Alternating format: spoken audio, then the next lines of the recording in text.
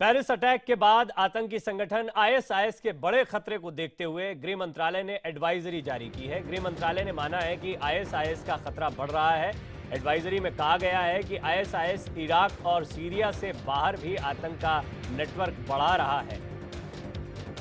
गृह मंत्रालय के मुताबिक आईएसआईएस युवाओं को अपने गुट में शामिल करने में सफल भी रहा है। इसने भारत में भी स्थानीय लोगों को आकर्षित किया है और भारतीय लोगों से अपनी गतिविधियों को अंजाम देने में सफल रहा है। एडवाइजरी में यह भी कहा गया है कि आईएसआईएस भारत में सक्रिय आतंकी गुटों की मदद ले रहा है और भारत में आतंकी हमले को अंजाम दे सकता है। खतरे को देखते हुए गृह मंत्रालय ने सभी राज्यों को अलर्ट जारी किया है। इसके साथ ही फ्रांस, अमेरिका, ब्रिटेन, जर्मनी, रूस, ऑस्ट्रेलिया, तुर्की और इजराइल जैसे देशों में भारतीय दूतावासों की सुरक्षा बढ़ाने के लिए भी कहा गया है।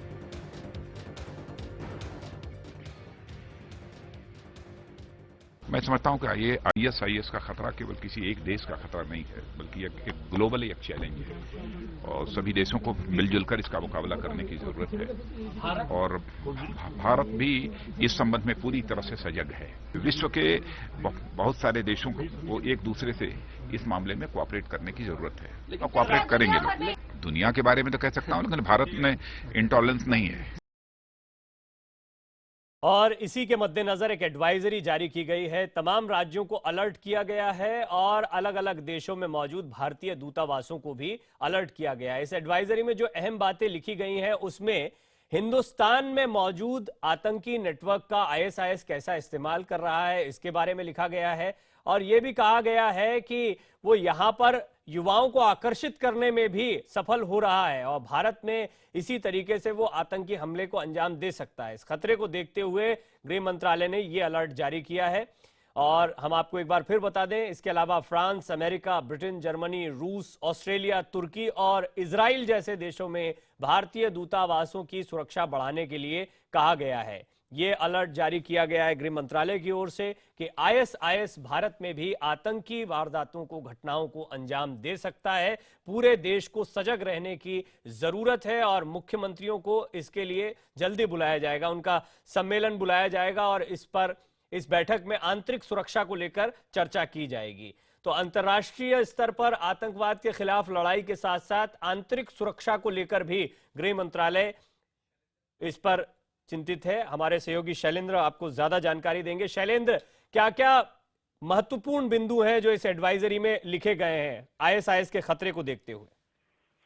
जी बिल्कुल, जाहिर तौर पर जिस तरह से पेरिस अटैक हुआ है उसके बाद में जाहिर तौर पर जो भारतीय एजेंसीज हैं वो चिंतित है इस बढ़े हुए खतरे को देखते हुए, क्योंकि भारत में भी इस तरह के कुछ वाकये सामने आए हैं जिसमें कुछ यूथ महाराष्ट्र से गए हैं बाहर आईएसआईएस में शामिल होने के लिए। लेकिन आपको बताना चाहूंगा कि इसमें खास तौर से जो बात की गई है इस एडवाइजरी में, इसमें कहा गया है कि आईएसआईएस एक बड़ा खतरा है और इसका जो वजूद है वो सिर्फ सीरिया और इराक तक सीमित नहीं है, बल्कि ये अब जो बाकी जो शोर्स हैं उसमें भी ये सक्रिय हो चुका है। साथ ही साथ ये भी कहा गया है कि ये युवाओं को आकर्षित करने में आईएसआईएस कामयाब हो रहा है और उनको गतिविधियों में, आतंकी गतिविधियों में शामिल होने के लिए उकसाया जा रहा है, चाहे वो ऑनलाइन तरीका हो या कोई अन्य तरीका हो।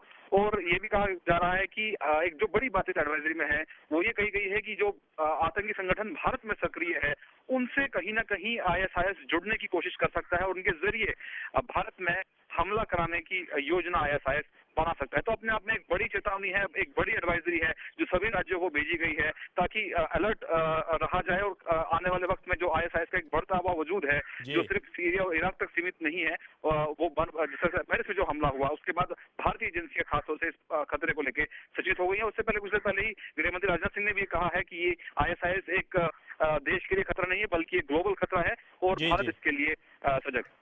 शालिंदर, बहुत बहुत शुक्रिया आपका इस जानकारी के लिए। और इसी के मद्देनजर तमाम राज्यों के मुख्यमंत्रियों की एक बैठक भी बुलाई जाएगी जिसमें आंतरिक सुरक्षा पर विचार किया जाएगा।